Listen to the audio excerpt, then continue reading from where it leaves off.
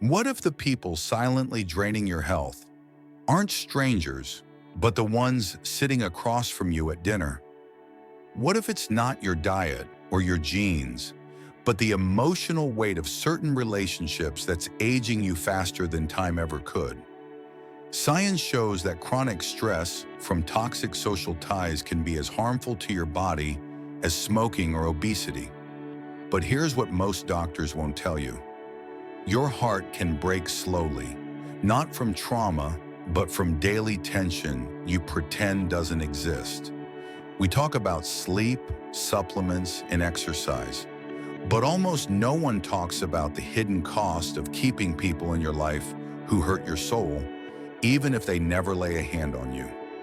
In this video, I'll gently guide you through 5 kinds of people who may be silently stealing your peace, and how Buddhist wisdom teaches us to let go, not in anger, but with clarity and compassion. Have you ever felt exhausted after just one phone call?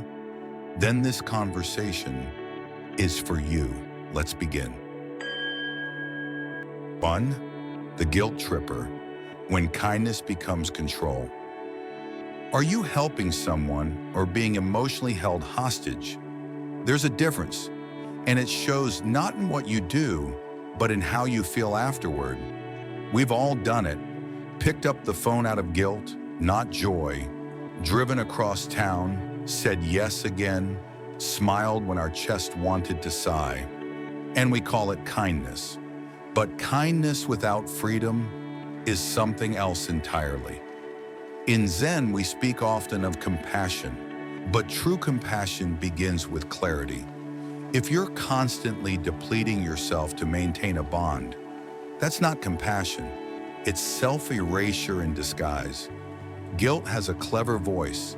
It doesn't scream, it whispers. You should call her. You haven't in days. If you say no, you'll hurt him. And the longer you obey it, the heavier your body begins to feel. It starts subtly, a tightness in your neck, a flutter in your stomach every time their name appears on your screen. And then the sleeplessness, the fatigue, the quiet resentment that hums under your breath, even as you keep smiling. I once met a woman who called her sister every day for a decade. She didn't enjoy it. She did it because not calling meant emotional punishment, silence, guilt, subtle jabs. When she finally stopped, she told me something unexpected. I slept through the night for the first time in years.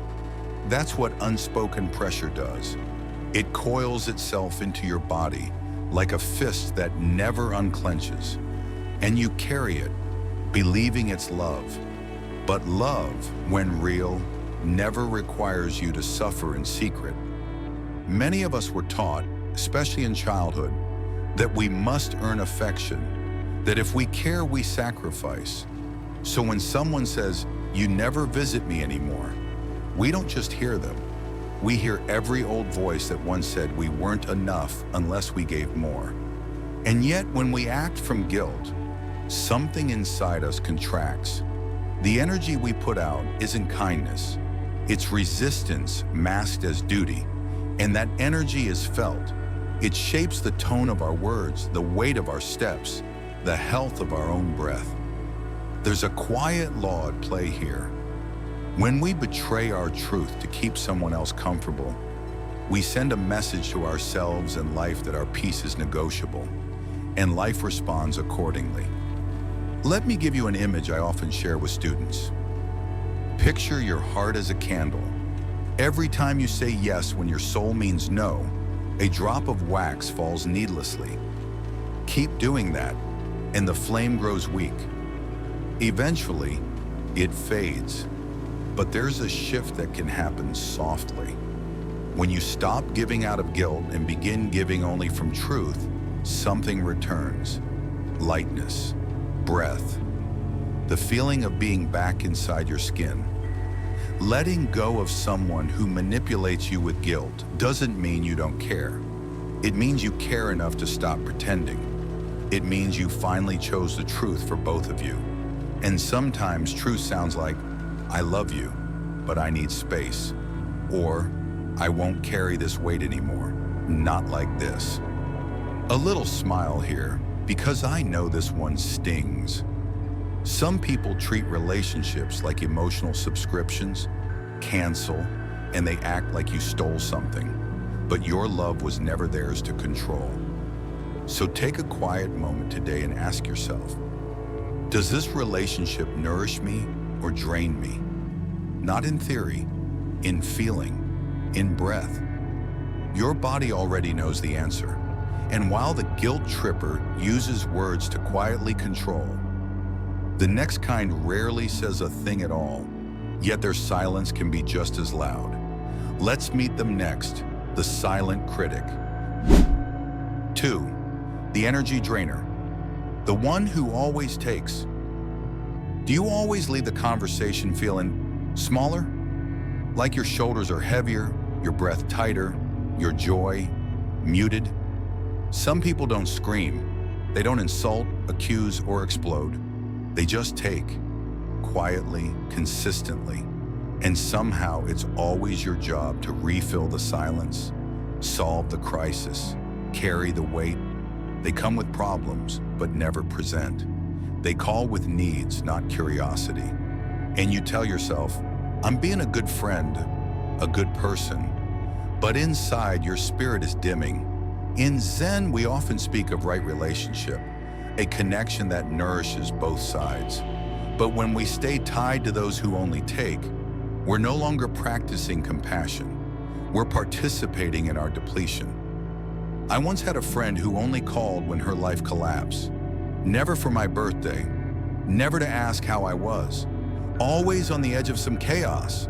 And I'd drop everything to listen, to help, to rescue. I told myself it was spiritual, but the truth, I was just afraid to set a boundary. Because back then, I believed that saying no made me less kind. What I learned, slowly, painfully, is that constantly giving from emptiness is not love. It's fear dressed up as duty. And over time, my body began to protest. I felt drained after every call. My breath is shallow. My thoughts were scattered. Even sleep grew restless, like my nervous system was still attending her emergencies long after the phone had gone silent. This is what happens when we ignore the quiet truth. Your body knows when something isn't balanced, when your giving has become survival, when your light is burning down to fumes. The strange twist is, most of us who attract energy drainers are the ones who once had to become the caretaker. We learned early on that being loved meant being useful, that our worth was measured in how well we held everyone else together. So we keep holding and giving, and silently hoping someone will finally ask, how are you? What do you need? But here's what's rarely said. When you give beyond your capacity, what you're offering is resentment, not openly, but subtly, in tone, in tension, in the invisible walls you build between yourself and yourself.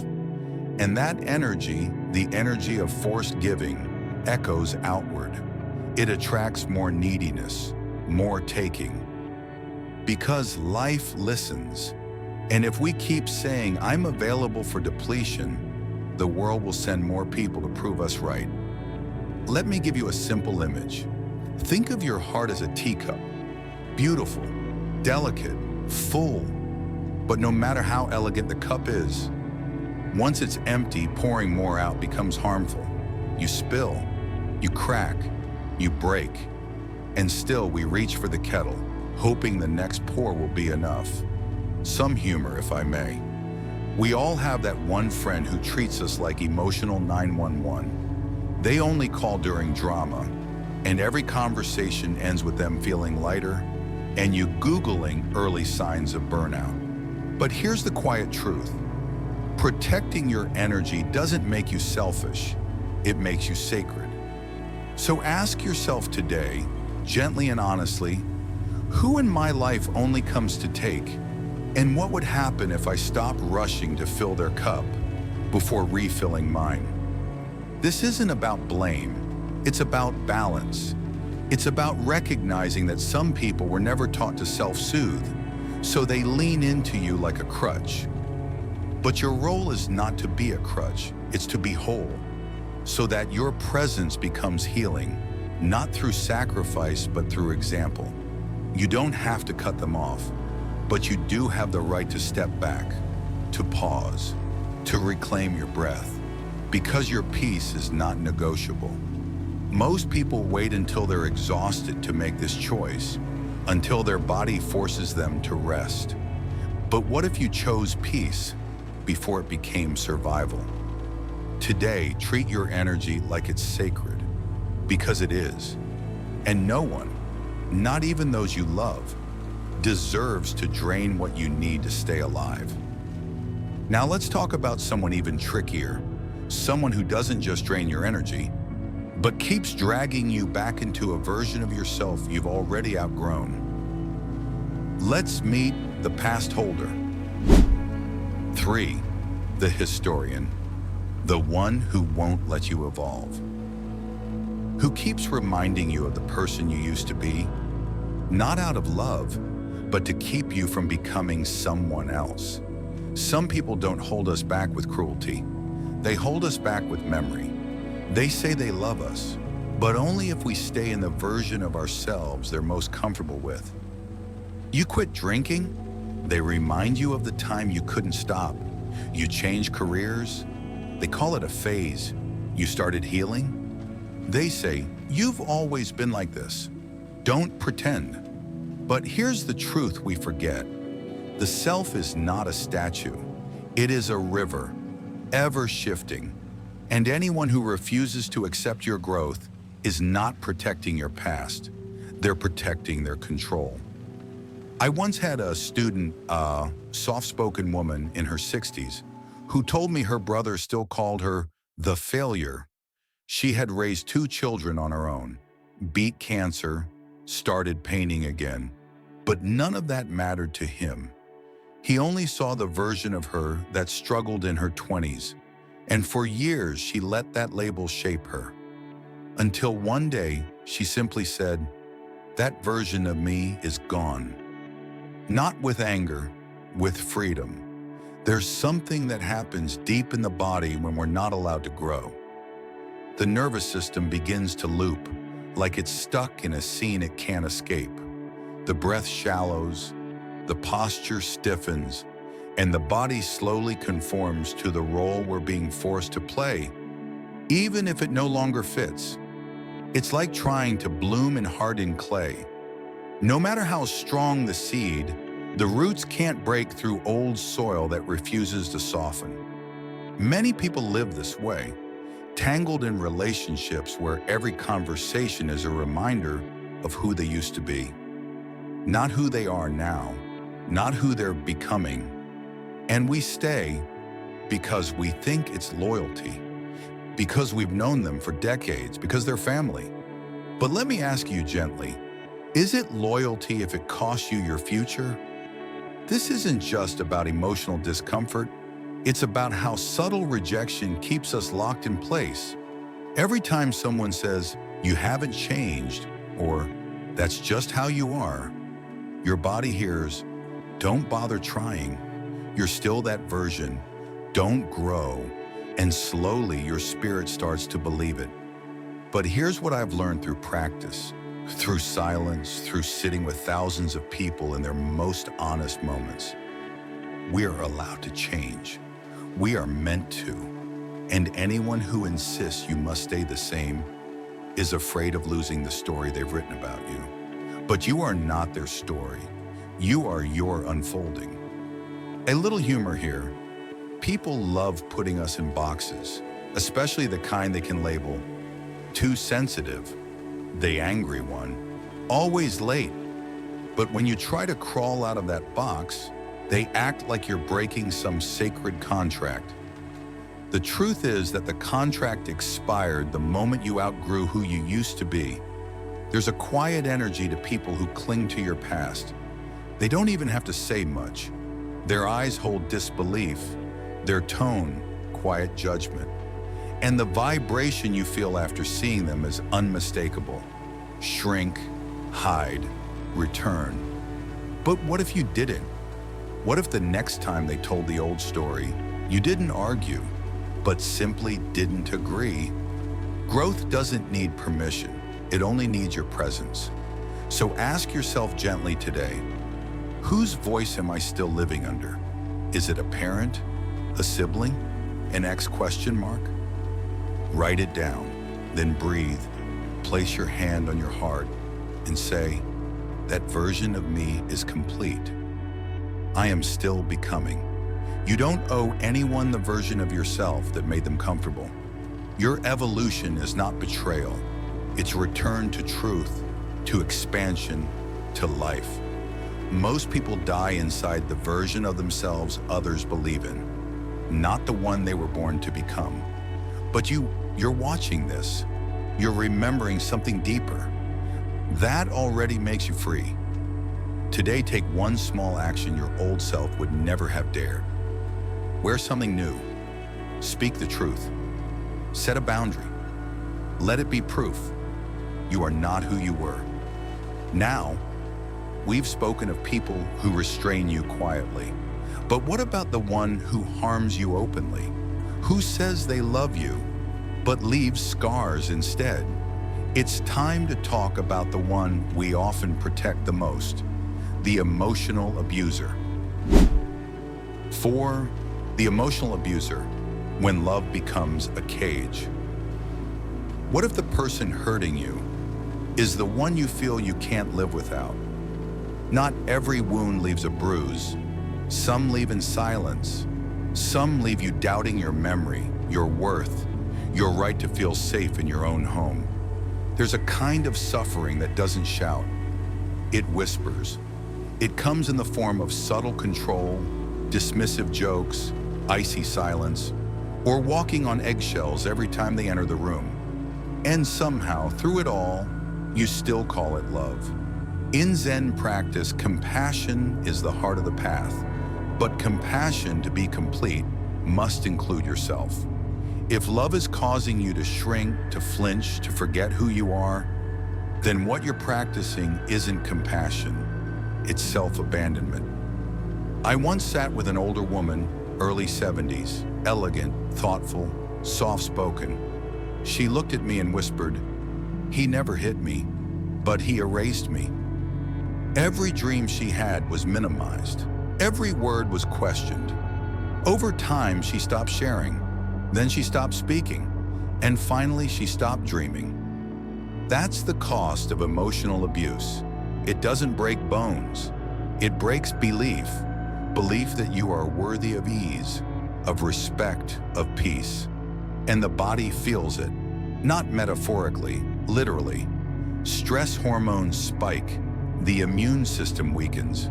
Your gut, your sleep, your memory, they all start to falter under the pressure of constantly being on guard.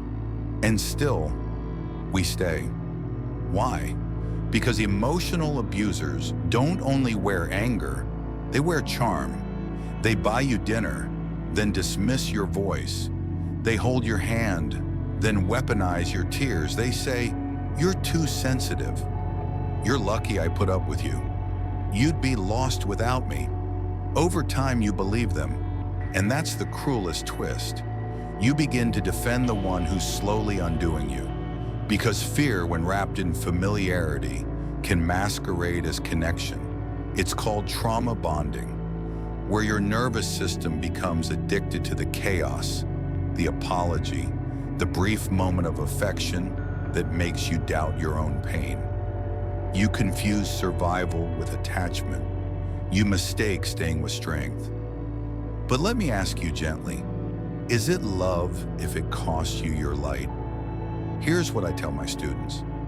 You cannot find peace in a house where your soul flinches at every word. That's not a home, it's a holding cell. And yet, it's not easy, especially when you spent decades being told you'd be nothing without them. especially when your identity became entangled with their approval. But your freedom is not a betrayal. Your healing is not a rebellion. It is a return, a quiet remembering of who you were before fear moved in. A little humor here, because even pain needs light. Some people say, but he loves me. He brings me flowers. Darling, if someone poisons your food and then decorates the plate, it's still poison. So here's the question you must ask. Not someday, but now. Do I feel safe, free, and seen with this person? And if not, what part of you has been taught to confuse love with permission to suffer? Your peace is not something you must earn. It is your birthright. You deserve a life where your breath is steady, where your laughter isn't monitored, where your opinions don't require editing before you speak. If someone shrinks you, it's not love, it's fear, wearing a familiar face. Most people never leave this kind of relationship. They carry it until it becomes their body language, their health, their quiet regret. But you, if you're still watching, there's still space for something else, something kinder, something free. Tonight, close your eyes and ask, who do I feel the smallest around? Then open your heart to a new truth. You don't have to stay small to be safe. And now, there's one final person we must talk about. The one who lives closer than all the rest. Closer than the guilt tripper, the critic, the taker, the abuser, the one who lives within. Let's meet the Inner Sabotur. 5. The Inner Sabotur. The voice that keeps you small. Who needs enemies when your mind won't let you rest? Not all battles are outside of us. Some live in our voice. The one that says, you're too old, too late, too broken, and perhaps most dangerous of all, this is just who you are. Accept it. There's a voice inside many of us that doesn't yell, but it limits. Not with rage, but with repetition. A soft, familiar rhythm that plays every time you try to change, rest, speak, or hope. In Zen, we call the mind both the gatekeeper and the liberator. Left unchecked, it binds us in patterns that feel like personality. But watched with care, it softens, it shifts. Because the mind is not the enemy, only the habits are picked up along the way.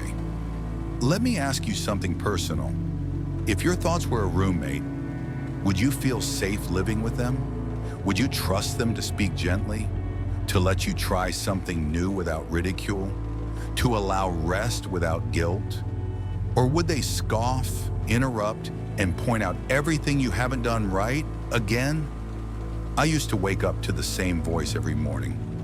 You're too old to start again. And one day I answered back, quietly but clearly. Too old for what exactly? That was the day the dialogue shifted, because until then, I didn't realize I was letting a scared, tired version of me drive the whole vehicle. Here's the twist. That inner critic usually didn't start with you. It's a collection of old voices, parents, teachers, partners, culture, layered into one stream of thought. It echoes what you heard when you were most impressionable, when your sense of self was still soft clay. Over time, we begin to speak to ourselves the way others once did to us, and we mistake that voice for truth. But it isn't the truth, it's programming. And the beautiful thing about programming is that it can be rewritten. You see, every thought sends a signal to the body, to the heart, to life itself. And when you tell yourself, I'm stuck, you start seeing only what proves it. But shift that voice, even slightly, and the entire world seems to lean differently toward you. It's not magic, it's resonance. Life mirrors how we speak to ourselves. Here's something lighter to make you smile. Sometimes my inner critic sounds like a grumpy old monk who missed morning tea, always complaining, always unimpressed until I started offering him compassion instead of argument. Now he's quieter, still skeptical, but at least he lets me finish my sentence. So here's your invitation. What if tonight you wrote down one sentence you'll never say to yourself again? Maybe it's, "I'm not enough." Maybe it's too late." Maybe it's, "Why bother?" Write it, burn it, bless it, and begin again with a gentler voice. Because the truth is, you can't speak poison to yourself and expect to feel nourished. Your inner voice shapes your outer life. Every word you whisper to yourself becomes a blueprint your heart tries to follow. So if you want healing, speak like someone who believes you're worth saving. Most people carry this voice to their grave, not because they couldn't change it, but because they never paused long enough to question who it belonged to. You don't have to carry it. You can lay it down right now. Tonight, take just 5 minutes. Write a letter to yourself, not to correct, but to comfort. Let it sound like the person you needed most when you were younger. Then read it aloud, not because it's perfect, but because you're listening now. You're not too late. You're right on time to loosen your grip, to release what hurts, and to live the rest of your life lighter. We've explored 5 relationships, 5 energies that may no longer serve your path forward: the guilt tripper, the energy drainer, the historian who won't let you grow, the one who says they love you but dims your light, and perhaps hardest of all, the voice inside you, whispering limitations that were never yours to begin with. This isn't about cutting people off in anger. It's about honoring your breath, your peace, as something worth protecting. Because you spent decades holding on to roles, to guilt, to stories that don't fit anymore. And maybe now it's time to unclench, not to rebel, but to return. Return to center, to stillness, to yourself. If this message touched something inside you, please like, share, and subscribe. I'd love to hear from you in the comments. Which person are you most ready to release today? And always remember, letting go isn't losing. It's remembering who you were before you forgot your light.